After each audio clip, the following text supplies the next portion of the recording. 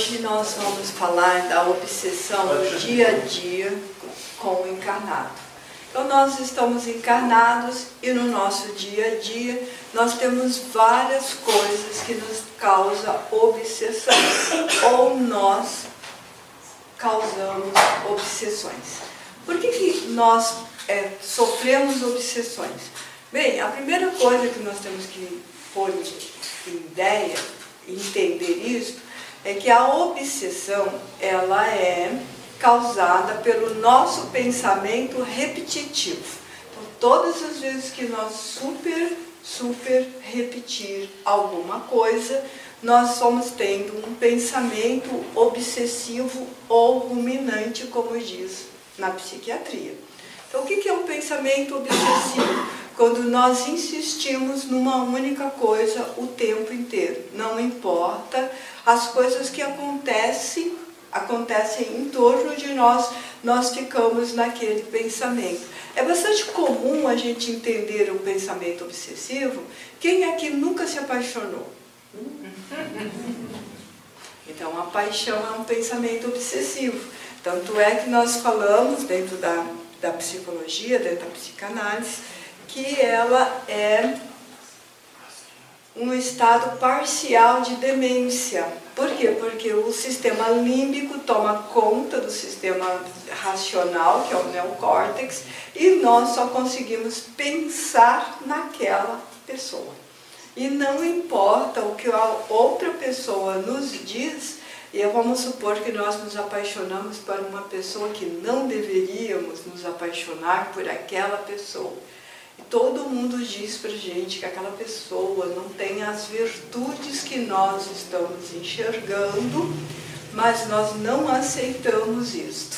Nós continuamos apaixonados por esta pessoa. Ainda bem que a paixão tem um prazo de durabilidade. Então, ninguém fica apaixonado a vida inteira por uma pessoa. Ela dura de 2 meses a 24 meses. Depois disso, a gente recupera a sã consciência e aí as coisas ficam dentro do conforto. Mas nós vamos ver outras formas obsessivas. Então, a primeira coisa que nós temos que entender é que a personalidade, a nossa alma, o nosso íntimo, ele sobrevive à morte do corpo físico, corpo de carne. Então, a única coisa que fenece em nós é o corpo físico. A alma, o nosso espírito, isso não vai fenecer, nós vamos continuar existindo. E às vezes nós temos dúvidas, às vezes nós temos dificuldade de entender se é real, ou por questões religiosas que nós carregamos, ou por algumas crenças que nós temos, ou por alguns receios, por alguns medos. Então nós achamos que não existe. Será que existe mesmo? Será que tem mesmo? Será que há essa presença após a morte do corpo físico? Mas não existe uma pessoa que não tenha uma história interessante para contar de uma pessoa que desencarnou. Aqui na frente, Juliana. Que desencarnou, aqui ó, bem na frente. Tá? Uma pessoa que desencarnou e que venha contar. Então, se a gente faz uma reunião de amigos ou uma reunião de família e nós vamos falar sobre isso, nós sempre vamos ter uma pessoa que vai nos contar a história. Quando fulano de tal morreu, a gente gosta de frisar que a pessoa morreu, aconteceu tal fenômeno em seguida. Por exemplo, eu tenho um da minha família bastante interessante, que quando a pessoa desencarnou, ela deixou o corpo de carne, no mesmo horário, no mesmo momento, a filha dela que morava em Santa Catarina, a xícara saiu do armário, caiu. Ela acordou assustado e disse: a minha mãe morreu. A minha concunhada conta isso. Tem uma outra que uma pessoa que gostava muito da minha irmã, e ela estava dormindo e ela viu ele aos pés da cama. E ela sentou, chamou o marido e disse: seu tio morreu. né? Porque eu acabei de vê-lo. Então todo mundo tem essas histórias, esses relatos da pessoa que quando ela deixa o corpo físico, quando ela parte, ela vem de alguma forma nos contar que ela partiu e que ela está bem. Algumas pessoas nos preparam muito bem para a sua partida. A minha bisa fez isto. Ela chamou todos os filhos, netos e bisnetos, formou uma grande reunião na casa dela, que era espaçosa, porque a família era grande na época. E ela disse, dia tal, tal hora, eu vou deixar o corpo físico. Eu não quero ninguém chorando, primeiro porque eu já vivi demais e já é sofrimento permanecer no corpo físico. Eu quero que vocês fiquem muito calmos, que vocês fiquem muito tranquilos, que vocês comemorem, que relembrem no meu funeral as coisas boas que vocês viveram comigo. Minha bisa é italiana, ela tinha nascido em Veneza e ela já estava com 104 anos. Então, é muito consciente, muito lúcida, mas já com tremendo sofrimento no corpo físico. E ela disse uma coisa muito interessante. Eu quero que o Levantino, que é meu pai, que tem esse nome estranho mesmo, Levantino, vá no meu funeral com um ônibus. Ela adorava andar no ônibus. Meu pai era motorista de ônibus, ela adorava andar no ônibus. Vá com o ônibus e toda a família dentro do ônibus. E a gente pensou, meu Deus, como que vai acontecer isso? Porque meu pai tinha as escalas mais extraordinárias do mundo. A que menos ele fazia era no local que a gente morava. E no dia tal, no horário X, ela realmente desencarnou e meu pai estava na escala da cidade naquele dia. Então nós fomos para o funeral no ônibus junto com ele. Então foi assim que eu fui. Então todo mundo tem uma história interessante para contar sobre os entes queridos que partiram. Quando é assim, é muito gostoso, né? Olha que gostoso eu trazer essa memória. Mas às vezes a pessoa que desencarnou, ela não é tão boa assim. E ela desencarnou magoada, ferida, sofrendo, com raiva. Por isso que a gente diz que é bom a gente se preparar para ter uma boa morte. Porque se eu estiver com raiva e eu desencarnar, eu vou continuar com a raiva. Então essa pessoa pode vir nos procurar, mas o sentido nesse caso é diferente. No sentido nesse caso é obsidiar, ou seja, é perturbar a nossa vida, perturbar a nossa presença. Nós também sofremos essas obsessões por outros motivos. Às vezes o espírito nem nos conhece, nem sabe o que a gente é, mas a gente perturba os espíritos e eles passam a nos obsidiar. Por que a gente perturba? Eu vou falar aqui no decorrer. Então é bom que a gente entenda que a morte do corpo físico, ela não existe. Vamos ver se vai mudar isso. Então, esses espíritos que nos visitam não são obsessores e não estão apegados à terra e voltam somente para dizer adeus. Como o caso da Dona Margarida, do tio e coisas. Estou contando só casos da minha família. Mas também pode ocorrer que aqueles que nos visitam não são esses que querem nos dizer adeus. Eles têm coisas para resolver. Às vezes a gente vê isso no filme, né? Que fala assim, a pessoa não fez, ela tem uma pendência para resolver. Nós temos pendências para resolver. Não adianta dizer que não temos, nós temos. E às vezes aquela pessoa, ela tem alguma implicância conosco, alguma mágoa, às vezes ela é vingativa, às vezes ela deseja que nós não ficamos bom, ela é invejosa, e aí tem ciúmes da gente. Por isso que o ciúmes é uma coisa muito ruim.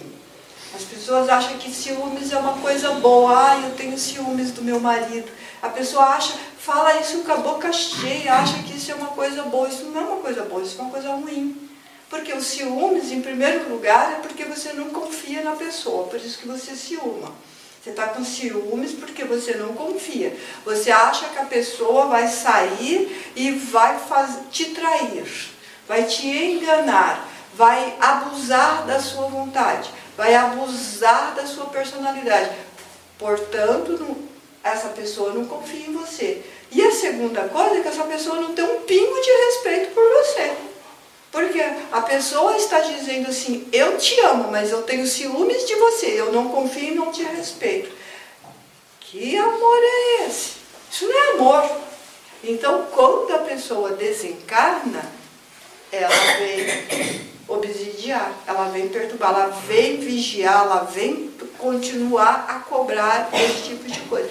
Então, a obsessão é sempre essa insistência, né, essa insistência do espírito na nossa mente. E como que funciona essa obsessão? Nós achamos que só o desencarnado nos obsidia. Esse é o primeiro erro.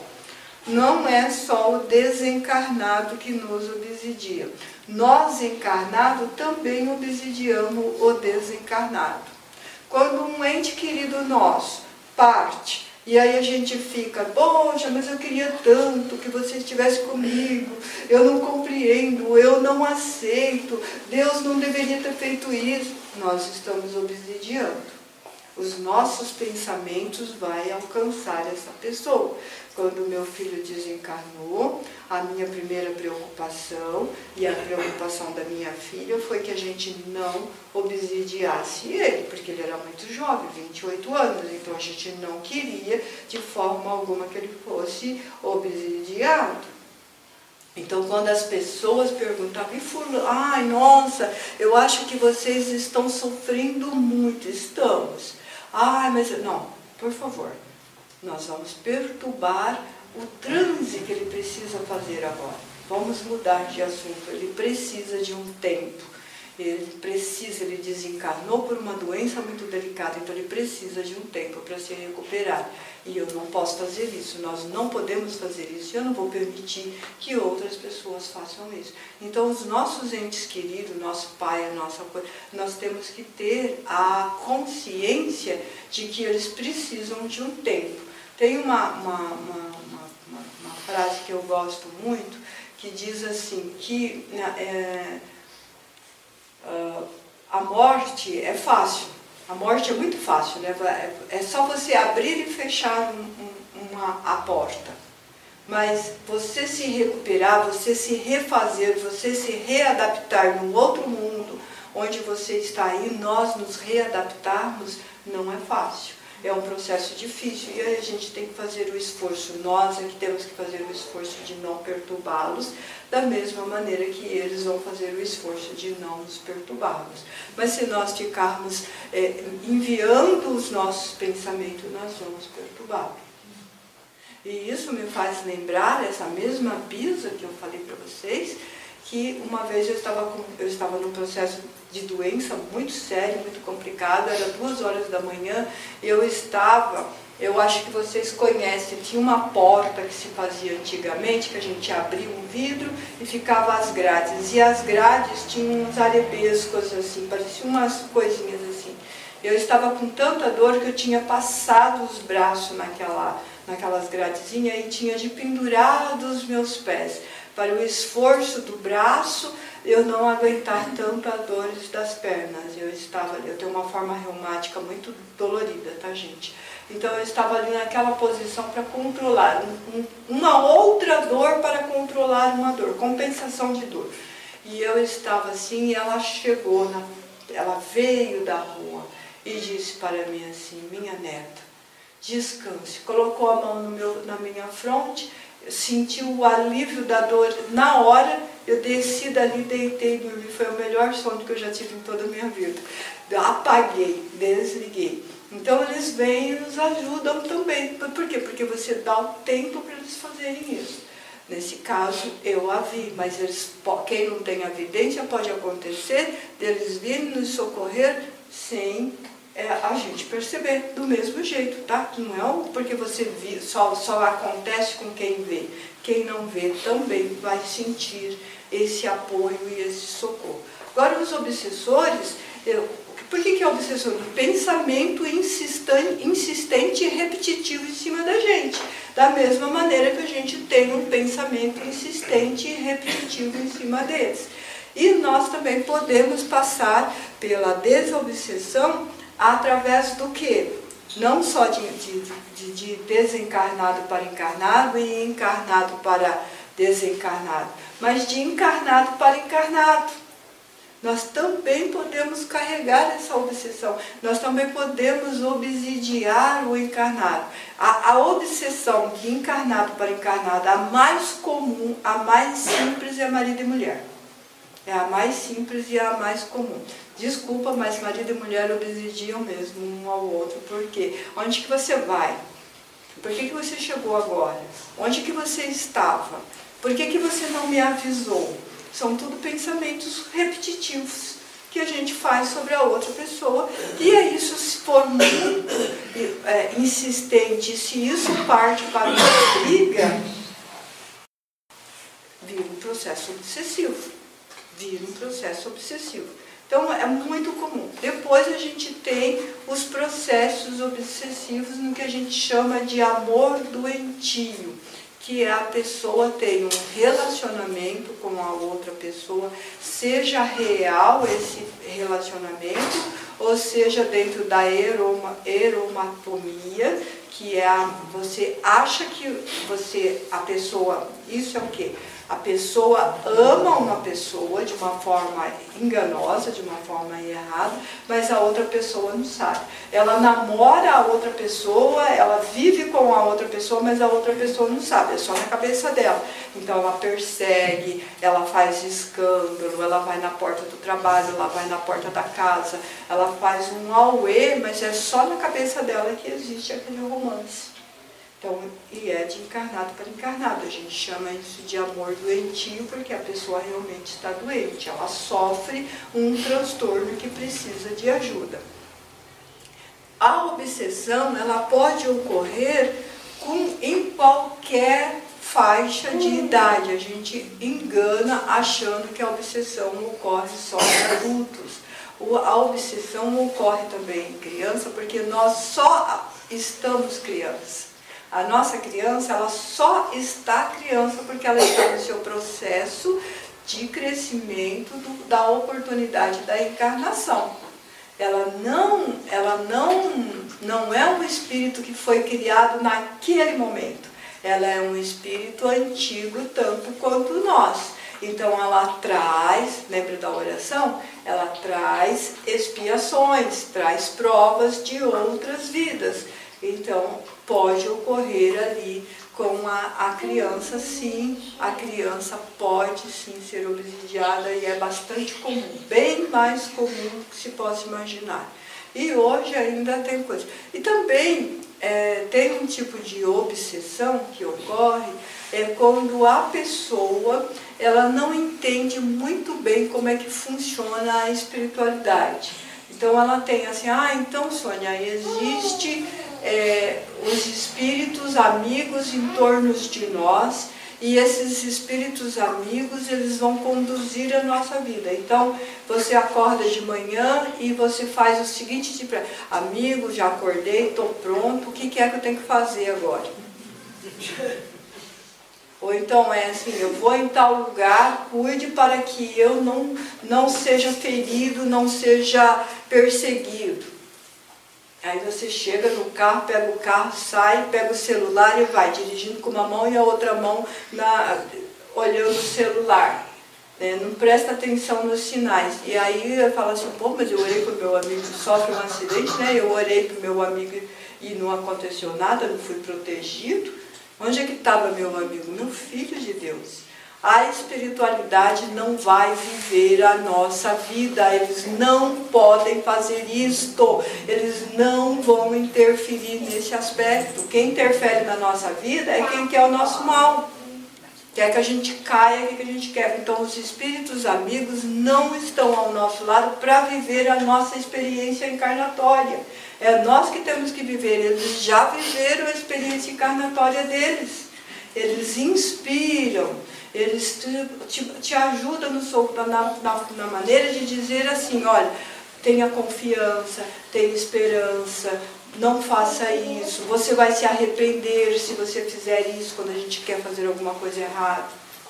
Então é nesse aspecto. Outra coisa, tudo ficar falando, ficar chamando, ficar fazendo isso, você perturba a sua mente. Então você entra num processo muito semelhante ao da esquizofrenia, porque você passa a ter alucinações. Aí você acha que você está cercado de um monte de espírito de amigo, você está cercado por um monte de ideias enganosas que você colocou. Isso se chama auto-obsessão. Você mesmo está se obsidiando.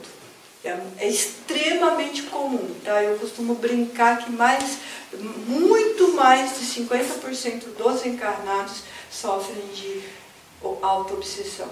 No fato de quando a gente olha no espelho e diz assim, nossa, mas você está tão feia, hein? Puxa vida, hoje você está horrorosa, você já está se auto-obsidiando. Você já está se auto-obsidiando, porque você está depreciando o instrumento que você pediu para aperfeiçoar-se. Então a gente precisa tomar muito cuidado com relação a isso também. Agora eu vou falar de umas obsessões que as pessoas não vê como obsessão, mas é muito comum. Estou falando aqui de um paciente, um assistido, não paciente, desculpa, estou achando que é um assistido. Gente, paciente quando eu estou no meu trabalho, tá? Assistido.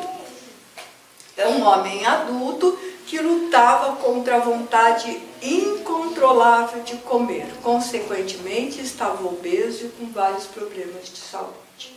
Então, a pessoa nos veio me procurar por qual era a queixa dele. Eu como sem ter fome. Eu como sem necessidade, eu como o tempo inteiro. Eu faço o processo de que eu vou cuidar da minha saúde, eu vou cuidar da minha dieta, eu vou ter uma dieta bem controlada e dura um dia, 2 dias, nem um dia, uma semana, meio dia e eu volto de novo para comer. Essa pessoa veio para assistência de passe. Nós fizemos os passes, o passe ficou claro que havia uma influência espiritual, nessa influência espiritual, cuidando dele, explicando a importância dele se manter firme, e ele vendo essa aulinha que a gente tem aqui, ele vigiando os pensamentos deles, e mais a conversa com a espiritualidade que estava perturbando, ele foi deixando ele foi se fixando e tal, e já nos 2 meses de assistência ele já estava perdendo peso. Continua perdendo peso, ele perdeu 3 quilos em um mês, ele tinha ainda 45 quilos para perder, mas ele está já quase que no seu peso normal, firme, forte, sem esse processo obsessivo. Então as pessoas precisam entender que às vezes essa vontade de comer, essa vontade que não consegue se ficar fixo numa dieta, o descontrole emocional que tem, é que se eu não comer pão, às vezes as pessoas se surpreendem quando eu digo que a coisa que eu menos como na minha casa é pão. Né? Não, mas imagina, pão é um alimento mundial, todas as culturas, a pessoa me respondeu isso essa semana, todas as culturas, Sônia, consomem pão, verdade, mas não quer dizer que ele é um alimento saudável, que você só vai comer pão, né? Não tem nada de errado em comer pão, mas comer só pão, comer só massa, só macarrão, só pizza, só porcarias. Como é que vai ficar o instrumento que você pediu para poder modificar aquilo que você podia modificar? Será que não é exatamente isso que você nasceu para modificar aquilo que você pediu? Então, às vezes a gente tem que... Outra coisa, às vezes a gente passa por processo encarnatório de coisas que a gente nem se apercebe. Nós vamos ver aqui um outro paciente nosso, esse paciente aqui, que ele foi fazer uma cirurgia. Ela sofreu um processo obsessivo numa cirurgia. Então ela foi fazer uma cirurgia de amígdalas, estava com medo, estava apavorada, estava, eu vou morrer, eu vou fazer isso. E aí, onde que a pessoa estava? No hospital. Por quê? Todo mundo fala assim, ai, no cemitério, ai, você vai lá no cemitério, ai, mas o cemitério, eu não sei, as pessoas têm um pavor de cemitério, eu não sei por que as pessoas têm um pavor de cemitério. É o lugar que menos tem espíritos. Por quê? Gente, para pensar, você está com dor de barriga, você pensa em ir no cemitério ou ir no hospital? No hospital. Então, quando nós estamos com dor, quando nós estamos sofrendo, o nosso pensamento é o hospital. Então, se tem um lugar que tem espíritos, que não sabe que desencarnou, é o hospital. Então, quando nós vamos para o hospital, mesmo para uma consulta, é bom a gente fazer uma prece, pedir para o nosso amigo estar conosco, chegar lá no hospital, não é ficar reclamando do médico, da enfermeira, da assistência, ficar reclamando do governo. Você está abrindo margem para todos os espíritos que estão ali para presidiar. É você ficar em prece, é você ficar vibrando, porque a hora que o médico te atenda, ele acertar de primeira. Vibrando para aquelas pessoas que trabalham no hospital, no centro de saúde. Leva um livro para ler, fica lendo. Né? Não fica olhando besteira no celular, ou então leia no celular, mas leia alguma coisa importante. Essa pessoa foi fazer isso, não se cuidou, não prestou atenção e saiu lá e não melhorava. A cirurgia, em vez de melhorar o problema, estava agravando o problema. Na assistência direitinho, o espírito mesmo falou onde é que ele tinha se unido a ela pelos pensamentos. Então é muito importante a gente ter essa consciência. Essa outra menina aqui, ela, muito bonita, tal, ela ficou compadecida do desencarne da filha da amiga. Por quê? Porque era uma criança. Eu contei do meu filho no início. Lógico que a gente fica compadecido quando os nossos pequenos desencarnam primeiro do que a gente. Porque a gente olha para o espelho, eu não sei, nós temos mais passado, a grande maioria aqui são jovens, mas pessoas como eu tenho mais passado do que futuro. Então, a partir de agora, se alguém me perguntar qual é a minha idade, eu tenho que dizer 8, talvez 10, com muita esperança 20. Por quê? Porque é o que me falta para viver. Né? E a gente fica esperando aí. Ontem eu estava vindo do Pilates, estava vindo assim, é uma região distante aqui de Campinas, que todo mundo conhece, e eu estava caminhando, aproveitei para fazer caminhada, e eu estava vindo do Pilates, toda linda, maravilhosa, e comecei a conversar com o meu amigo espiritual. Porque a gente pode conversar com o amigo espiritual o que quiser. Aí eu estava vindo conversando com ele, eu falei, nossa, eu tenho mais, estava pensando na aula de hoje, eu tenho mais passado do que futuro. Quanto será que eu tenho de futuro? Não dá para contar, não? Não dá para me dizer, não, quanto é que eu tenho de futuro, né? Talvez uns 8, quem sabe uns 15, talvez Aí eu escutou assim, bem, com muita esperança, uns 20, né?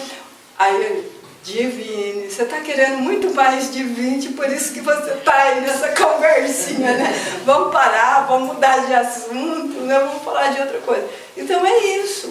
Então, quando a gente chegou eu tenho 60 anos, quando a gente chega nessa idade, 61 para ser exato, quando a gente chega nessa idade, a gente já começa a contar quanto que eu tenho. Agora, quando alguém me perguntar e eu falar que eu tenho 8 anos, você já sabe, tá? 8, 10, 15, talvez 20, quem sabe, né? Então vocês já sabem o porquê. Mas quando aquela pessoa é muito pequena, a gente pode realmente ficar muito triste. E ela, como eu disse antes, ela foi no hospital. Ela entrou na sala, ela entrou lá no quarto sozinha. Em vez de ela fazer uma prece, em vez de ela buscar o recurso dos amigos espirituais, o que ela fez? Ela entrou na dó, meu Deus, no desespero, na angústia, na tristeza. Deus não é muito certo da cabeça, né? A gente diz isso. Nossa, Deus não é muito certo, porque eu não precisava passar por isso. Ou então, que mal que eu fiz para Deus? Ninguém faz mal para Deus, tá, gente? Pelo amor de Deus. Deus é onipotente, onipresente. Nós fazemos mal para nós mesmos. E aí ela se comoveu, ficou atrelado com a criança. O que ela passou a ter? Uma tristeza infinita e uma dor generalizada pelo seu corpo. Por que ela tinha uma dor generalizada que não encontrava causa? Tudo que é exame não encontrava causa. Por quê? Porque a filha da amiga, que era muito bonitinha, que era muito esperta, tinha desencarnado atropelada. Então é normal que ela tivesse dor. Depois que a gente foi conversando, foi conduzindo, foi atendendo essa criança, entender que essa criança não, ela podia ser encaminhada, aceitar essa situação, resolveu o problema. Então esse é o nosso trabalho. A gente hoje quis trazer essa aula mostrando para vocês que por que a gente fala de obsessão, por que a gente leva para o passe, por que a gente vai analisar se vocês estão ou não sob influência espiritual. Porque nós temos uma vida muito ativa em todos os lugares, nós vamos em todos os lugares. E praticamente toda o nosso dia, todos os dias 24 horas, pelo menos 18 horas nós estamos acordados em média e quase que 100% invigilantes. Porque a gente fica mais vigilante na hora de dor, na hora de sofrimento. Então é isso que eu vou dizer. Mas eu quero mostrar aqui, eu vou só pular rapidinho, né, porque hoje a gente atrasou, outros tipos de obsessão que as pessoas não levam em consideração e que são obsessões, pensamentos ruminantes obsessivos.